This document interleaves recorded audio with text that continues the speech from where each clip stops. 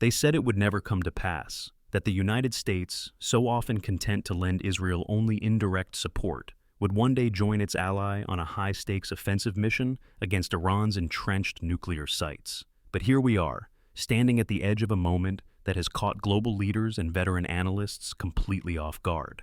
Could the unthinkable be happening right now, with American bombers poised to strike deep into mountainous terrain where Iran's most protected facilities lie? And more pressing yet, what exactly propelled the historic partnership between the United States and Israel suddenly into the spotlight of direct military collaboration? Today, we peel back the layers of this dramatic turn of events, uncovering why such a collaboration was once so unimaginable and revealing how it might reshape not just the Middle East, but the entire geopolitical landscape. Stay with us, because this story weaves a tangled web of diplomatic double dances, earth-shaking military technology, and the threat of regional escalation on a scale few dared to envision.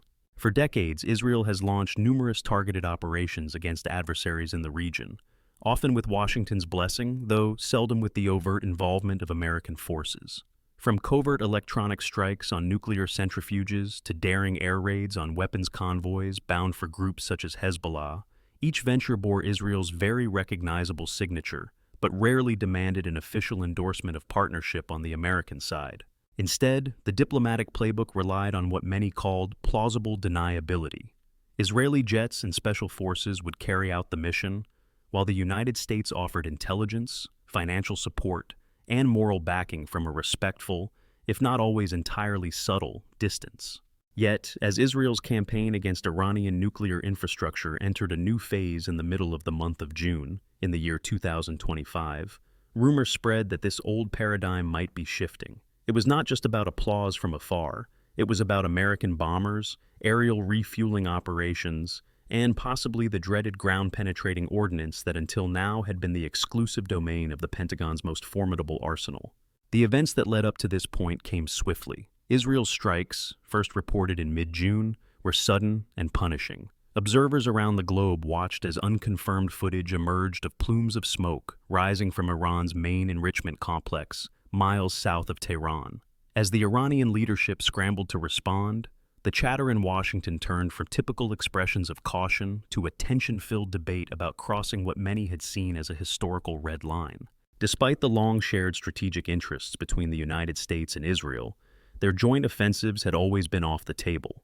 However, various intelligence officials now noted that Israel had set its sights on Fordo, a name that sent shivers down the spines of defense experts everywhere. As rumor had it, if you wanted to strike Fordo, buried deep under mountains, reinforced with layers of steel and concrete, and shielded from a conventional air onslaught, you needed what only the American war machine could reliably deliver: specialized heavy ordnance capable of drilling into the earth. The next question was not whether American bombs could do the job, but whether Washington would actually give the go-ahead.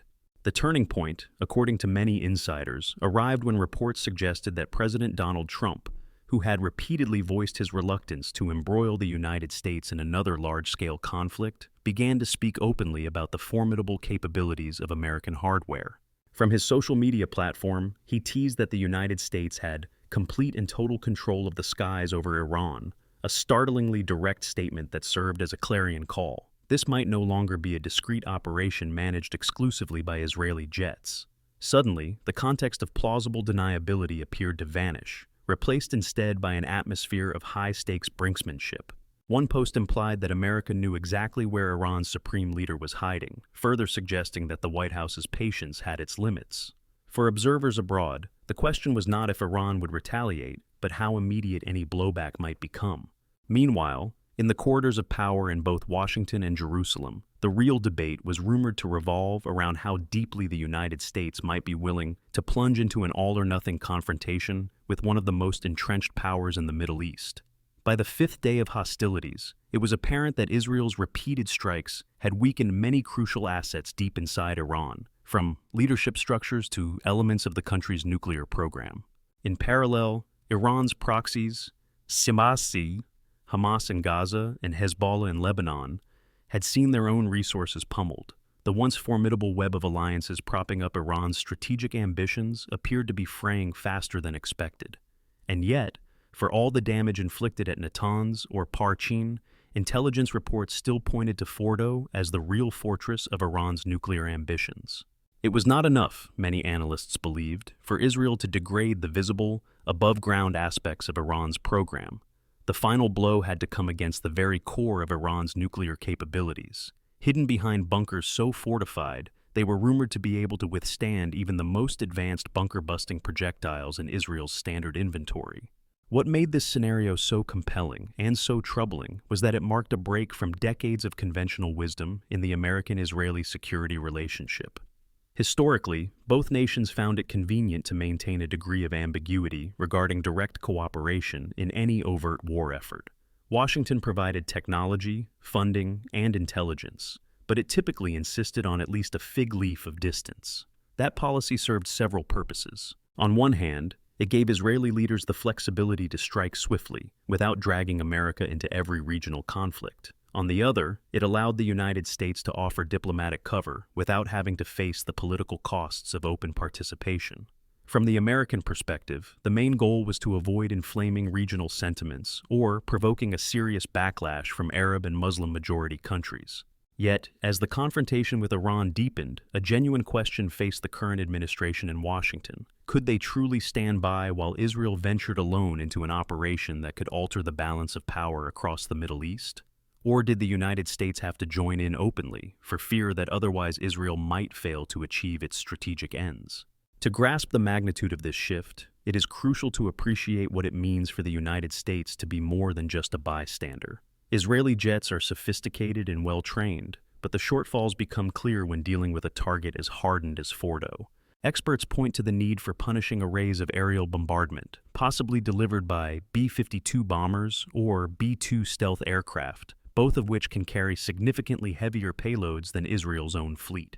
There is also talk of the so-called mother of all bombs, a gargantuan piece of ordnance that can produce devastating shockwaves capable of crippling even the deepest underground structures.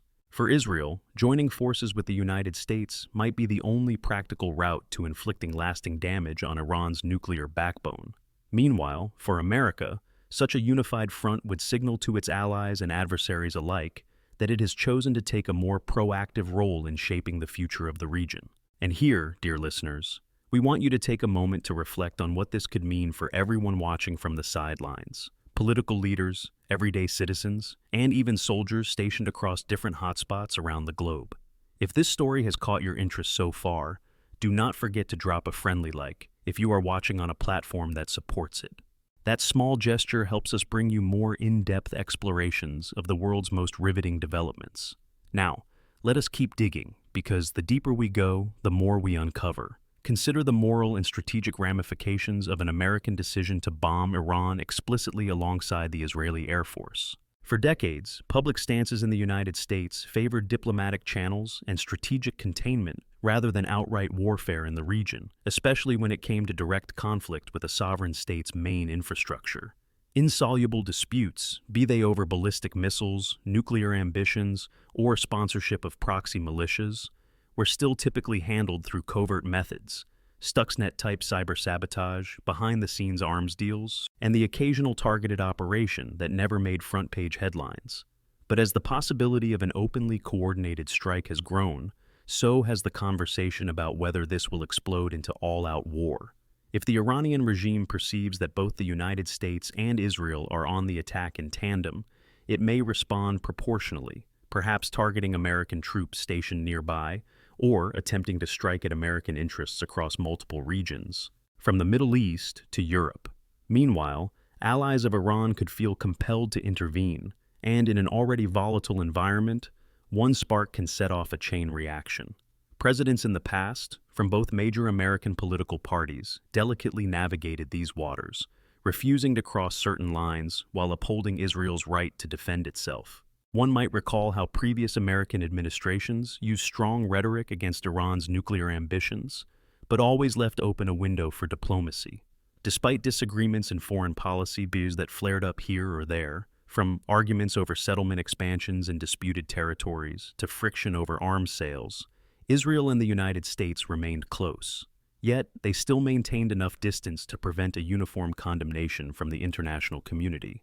Now, however, with the words of President Trump floating across the airwaves, referencing the American capacity to pinpoint Iranian defensive positions and control the skies, observers note that the old veil of separation has come dangerously close to tearing away.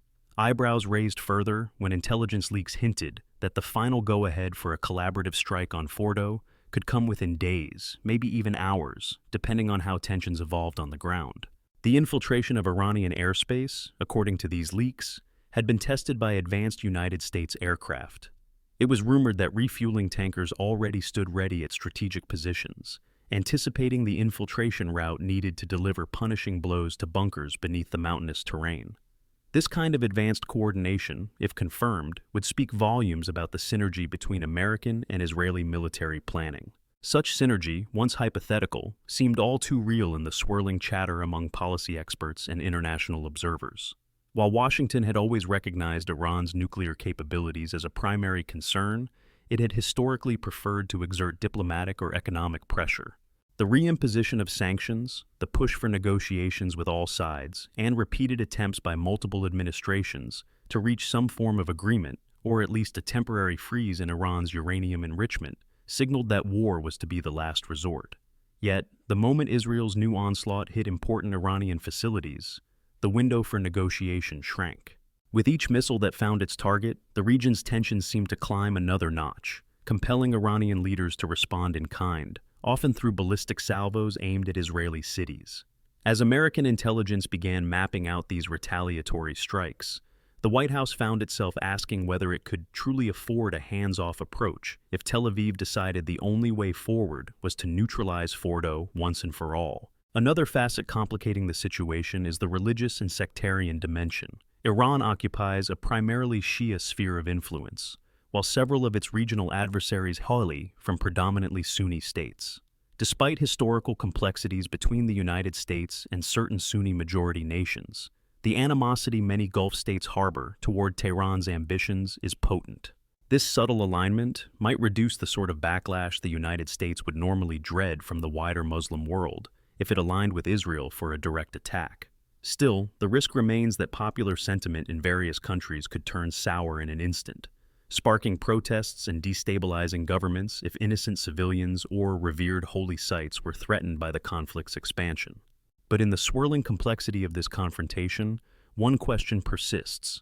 What if the rumored American involvement fails to achieve a quick knockout blow?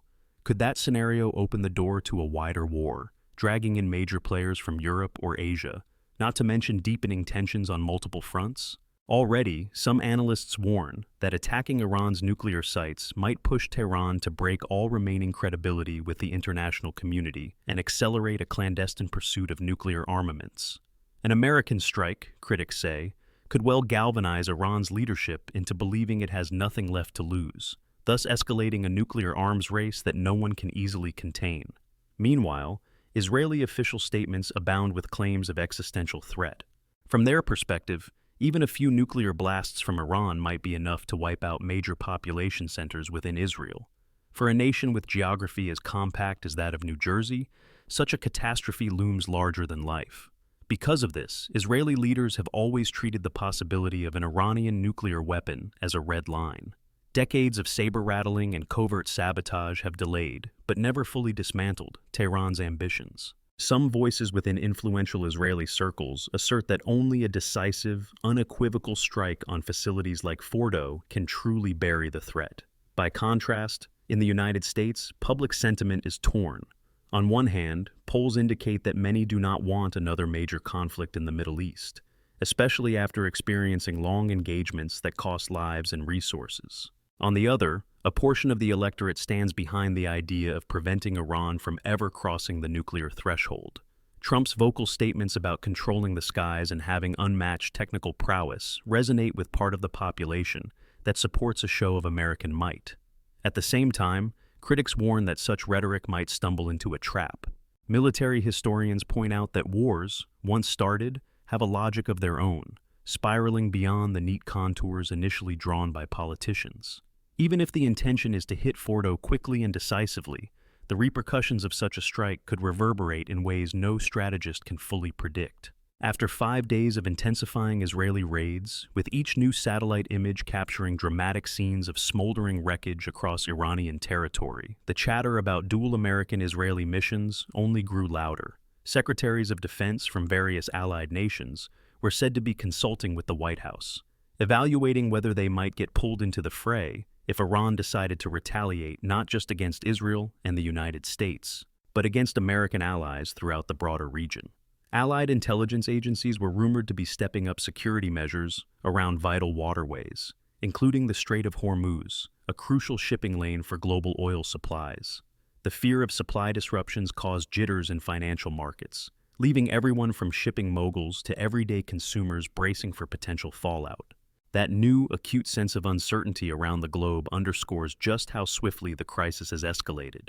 If you have been gripped by the intensity of this unfolding scenario, consider subscribing so you never miss an inside look at the world's most significant geopolitical developments. We are committed to delivering updates as soon as they become available, and we appreciate your ongoing support as we navigate the twists and turns of this astonishing affair. Now, let us return to the perplexing question of high-level policy decisions. Many are waiting with bated breath for a definitive statement from the White House, something that either confirms or denies the rumors of an upcoming joint strike on Fordo. So far, official press releases have been carefully crafted, referencing support for Israel's right to self-defense, without explicitly naming the weapons or personnel that might be utilized. The tension is compounded by President Trump's personal communication style, a mixture of social media bombast and cryptic insinuations that keep both the public and foreign leaders guessing. American military experts, for their part, quietly confirm that certain strategic bombers are being readied for potential deployment, though no specifics are forthcoming. The prospect that these aircraft might carry powerful Earth-penetrating bombs, sometimes referred to by their fearsome nickname, chills many within the defense establishments tasked with implementing the White House's directives. Some scholars argue that this stark departure from the historical dance of plausible deniability suggests a deeper pivot in American policy. They see a future in which the United States, weary of prolonged diplomatic frustration, chooses to flex its military might more openly to achieve key objectives. If that becomes the new normal, it might alter the dynamics not only of the Middle East, but also of the United States' relationships worldwide. Allies, like members of the North Atlantic Treaty Organization, must decide how to position themselves if Washington demands unconditional support in a controversial strike. Rivals like Russia or China might claim fresh justification to expand their own military footprints in contested regions, thereby heating up simmering tensions across multiple continents. From an Israeli viewpoint, the allure of direct American assistance cannot be understated. Historically, officials in Jerusalem have had to weigh the prospect of being seen as overly dependent on Washington. It was crucial not to give the impression that Israel could not go it alone if push came to shove. Yet, the case of Fordo stands out because it represents the pinnacle of difficulty for a purely Israeli-led mission. If the Israeli Air Force lacks the specialized bunker-busting munitions or the capacity to deliver sustained bombardment to a subterranean fortress, then partnering openly with American forces becomes the only realistic path to success. In public statements, Israeli leaders continue to frame their actions as purely defensive, insisting that they cannot allow an adversary's nuclear arsenal to take shape. Meanwhile, American generals find themselves offering quiet assurances that if the order arrives, they can prosecute a precise and overwhelming campaign against Fordo, though no one can guarantee it will fully neutralize the threat. In the swirling background of these tense deliberations, one overlooked aspect is the fate of ordinary people within Iran. Critics of a strike say that while these subterranean complexes might be the main targets, it is next to impossible to carry out sustained air raids without causing extensive collateral damage. A single miscalculation, an errant missile, or a stray piece of shrapnel can lead to civilian deaths, amplifying anti-American or anti-Israeli sentiment throughout the region. That raises grave moral considerations in both Washington and Jerusalem, where the propaganda war might prove just as decisive as the bombs themselves. Diplomats who have spent years advocating for softer power approaches fear that once the conflict goes overt, it will become extremely hard down the line to revert to negotiations or to re-establish any trust at the diplomatic table. The stakes are further heightened by the rhetorical flourishes captured in certain White House statements. Phrases such as, "We have total control of the skies," and We know exactly where the supreme leader is hiding, might stir domestic audiences that favor a robust military posture, but they can also inflame passions overseas. Iran's leadership has cultivated a strong sense of pride and independence, often portraying itself as a bulwark against Western aggression. If American warplanes openly unleash havoc on Iranian soil, the rally around the flag effect could unify even critics of the regime under a fierce wave of nationalism. Instead of toppling the establishment, the attacks might entrench it further, leading to an even more unpredictable escalation. Still, those sounding the alarm of caution face opposition from more hawkish factions, who argue that a decisive strike now could avert a far worse disaster in the future. From their perspective, waiting too long only gives Tehran more time to fortify its installations, consolidate alliances, and perhaps even speed up nuclear development. In this game of brinksmanship, timing is everything. Israel's strikes over the initial days of conflict have reportedly degraded some of Iran's advanced capabilities. Yet the real question is whether the famously impervious Fordo can be effectively neutralized. If it cannot, then this entire spectacle may end up merely fueling hostilities, leaving both sides battered but still dangerously armed. As we contemplate these possible outcomes, the tension is palpable. We find ourselves on the precipice of unprecedented events, as if history itself is holding its breath. Whether you believe that open American involvement is a long overdue move or a reckless gamble that will reverberate for years to come, there is no denying the magnitude of this potential turning point. Experts remind us that wars may begin with what seems like a short, calculated decision, but can morph into something else entirely. Once the first bombs drop, controlling subsequent actions becomes exceedingly difficult, and the human toll on soldiers, on civilians, on entire societies can be immense. And all the while, the rest of the world watches, transfixed, as it struggles to interpret where this confrontation will lead. Thus, we arrive at the final piece of our puzzle, the fragility of global alliances and the intangible cost of open warfare. Should the White House confirm that it will lend the might of its aerial forces and bunker-busting weapons to Israel, we can expect a momentous shift in how the Middle East perceives American intentions. Allies may be reassured, but they might also be uneasy about what future entanglements this approach could invite. Meanwhile, foes of the United States will feel justified in seeing the superpower as an unambiguous aggressor on the global stage, fueling narratives that cast Washington as perpetually hungry for dominance. And in that swirl of perspectives, the fallout, both literal and metaphorical, could affect households from Riyadh to Rome, from Tel Aviv to Tokyo, from the halls of Iranian power to suburban neighborhoods in Middle America, where many are already weary of global conflicts. No one can say for certain how this situation will resolve. We might witness a late-breaking push for peace, an 11th-hour negotiation that averts the all-out strike. Or we might see the dawn of a brand new chapter in United States-Israeli relations, one that ends all illusions of distance and ushers in an era of full-throated collaboration against strategic threats. With tensions so high and statements from leadership growing increasingly direct, the next moves could come soon, perhaps even before most people realize a line has been crossed. Regardless of how you view these events, one point remains clear. We have entered a territory that breaks with decades of carefully balanced diplomatic posturing, and the road ahead is uncertain at best. Stay tuned as we monitor every development that shapes this historic and potentially world-altering showdown.